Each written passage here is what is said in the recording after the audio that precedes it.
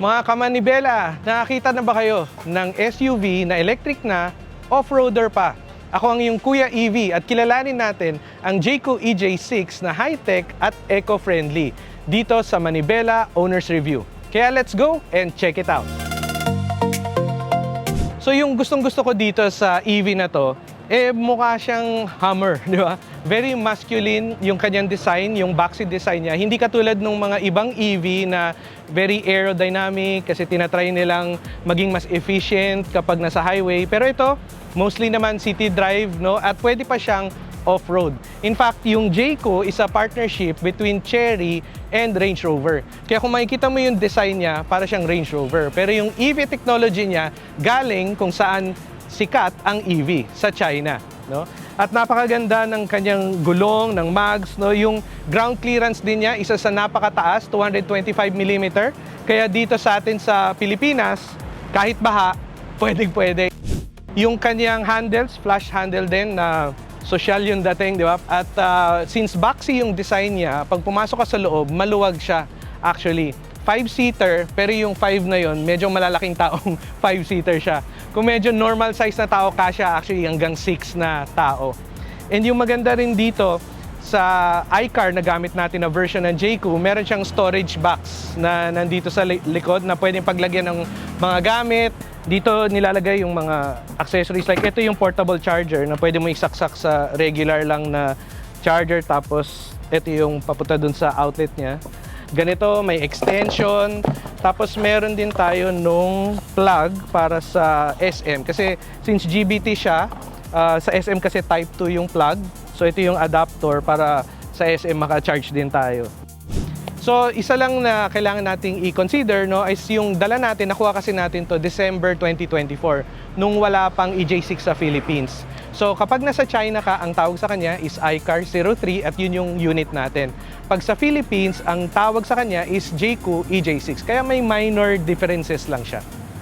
So meron siyang camera sa likod. Ito yung 180-degree camera niya sa may side mirror.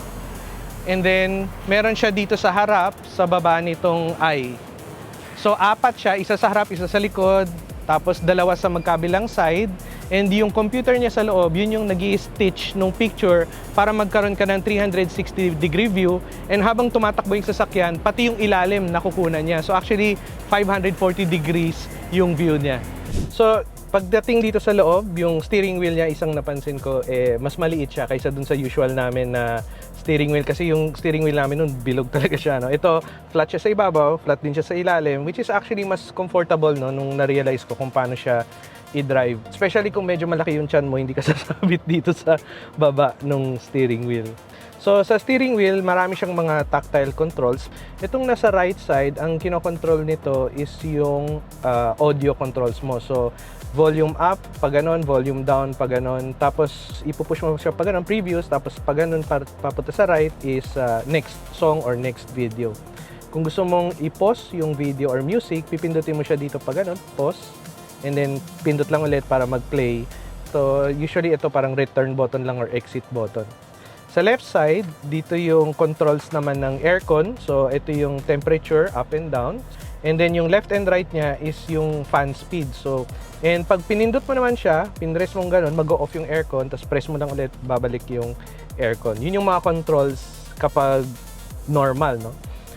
Kapag naka-cruise control ka naman, ito, nako-convert into speed. So, pataas, yun yung higher speed, tapos pababa, slower speed. Since sobrang tahimik ng EV, hindi naririnig ng pedestrian yung sasakyan mo kasi wala nga siyang makina. Kaya very important yung busina na mabilis at tumutunog agad, otherwise baka mabangga mo yung pedestrian. So, yung infotainment system naman niya is 15.6 inches. It's one of the biggest screens na meron ang isang EV, no? So, nandito actually halos lahat ng controls. So, meron tayong drive mode dito na pwedeng sports mode kung gusto mong medyo mabilis yung arangkada at yung kanyang steering mas firm.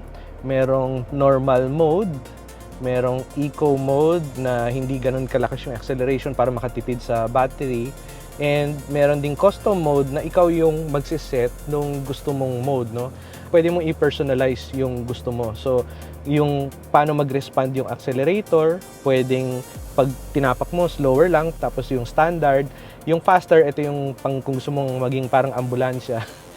So, meron tayong tinatawag din na energy recovery. Yun yung parang regenerative braking na tinatawag. Para siyang equivalent to engine brake.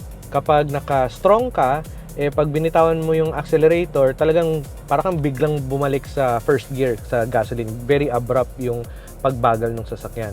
Pag low naman, para kang nag-move sa neutral, binitawan mo yung accelerator, parang ganun yung equivalent niya. Ako, medium lang lagi yung ginagamit ko kasi ito yung medyo hindi masyadong abrupt na nakakapag-generate pa rin siya ng energy habang nag-i-slow down. Ito namang steering, ito yung gaano kalambot yung steering na gusto mo, no? Kung gusto mong parang push cart lang, comfort. Kung gusto mong medyo matigas konti, dito ka sa sports mode. Pero ako everyday, ang gamit ko lang lagi is custom, tapos ganyan yung settings, no? So ito yung camera natin, no? Makikita mo yung nasa harap, pwedeng sa gilid, pwedeng sa likod, pwedeng dito sa side, no? And pwede ring, yan yung 2D or two-dimensional, meron ding 3D na modes, pwede mong makita yung nasa paligid. No? At real time yan. So pag gumalaw tayo at nag-signal ako, halimbawa, makikita magsi-signal din siya, tapos gumagalaw din siya. Nakikita mo yung ilalim nung sasakyan, no? Yan yung tinatawag nilang 540 degrees. Pwedeng lahat ng camera naka-on din. So ito yung front, ito yung left, ito yung right. So ito yung pag-adjust ng side mirror. So, dito mo rin siya i-adjust. Dito mo na siya kokontrolin. So, ito yung kanang na side mirror, left and right. Tapos, ito yung kaliwang side mirror naman. So, makikita mo gumagalaw yung side mirror natin dun sa labas. Yan. Itong Carbit, mirroring siya ng phone. No? So, kakabit mo lang siya sa phone mo, USB. And then, click mo lang yung Carbit. Ayan. Tapos, mirror sa phone mo. So, kung ano yung nasa phone mo, yun yung lalabas sa Carbit. So, pag nag-open ka ng app sa phone mo, halimbawa yung ating kuyaev.com na app, yun yung makikita mo. Mas malaki lang siya dito sa screen. So, pumunta ka sa Waze, makikita mo na full screen siya. 15 inches yung Waze mo dito. Ewan ko na lang kapag naligaw ka pa dyan. So, meron tayong auto hold. Kasi kung mapapansin mo, meron tayong dalawang phone holder dito, merong dalawang cup holder, pero walang handbrake. So, nasaan yung handbrake? Yun yung auto hold. Na yung auto hold, kapag tinapakan mo yung brake ng madiin, yun yung equivalent na ng handbrake. Tapos meron din tayong WPT or yung wireless charging dito sa side na to. Merong cooling system din siya para hindi umiinit yung cellphone mo habang nagcha-charge. Okay, so meron din tayo ditong reading lamps na parang sa eroplano. Ayan, makikita mo dito. Ayan, pwedeng on-off dyan. No? Parang sa eroplano lang din. And ito yung ating hazard light. So, pag pinindot mo siya, yan yung hazard light. Parang nasa aeroplano talaga. Ito yung control naman sa ating sunshade and sunroof. So, yan yung pagsara. Pwedeng halfway, hindi naman kailangan full. So, buksan lang natin ulit para mas maganda yung ilaw natin. And then, ito yung power button niya. Automatic, kapag nilock mo siya, after mo ilock, mag-shutdown yung buong sasakyan, automatic yon. Pero kung let's say magpapa-car wash ka, pwede mong pindutin dito para manually mag-off siya. So pipindutin mo siya 3 times. Yun, so patay na yung ating EV. Tapos para mag-on ulit, tatapakan mo lang yung brake. And ang favorite ko rin dito since summer ngayon, no, meron tayo nitong pet mode na tinatawag. Tapos yeah, may display tayo na the owner will be back soon. And makikita mo kung anong temperature sa loob ng vehicle na yun yung i-maintain ng system kahit lumabas ka na sa sasakyan at i-lock mo siya. Hindi siya mag-shutdown. So dito, meron siyang seat overheating protection na kapag naka-open siya at sinutdown mo yung sasakyan, i-maintain pa rin niya yung temperature sa loob ng cabin na less than 40 degrees. So siguro mga 35 degrees. Para pagbalik mo ng sasakyan, hindi ka mapapasok sa init ng iyong leather seats or sa init ng iyong manubela. Meron siyang ganong feature. And in fact, yun yung isang advantage din ng EV. So, walang mainit sa kanya. Yung electric motor niya, yung battery niya, no, room temperature lang yun usually. Wala kang sinusunog na mainit. Binababaan mo na yung aircon dahil sobrang lamig niya.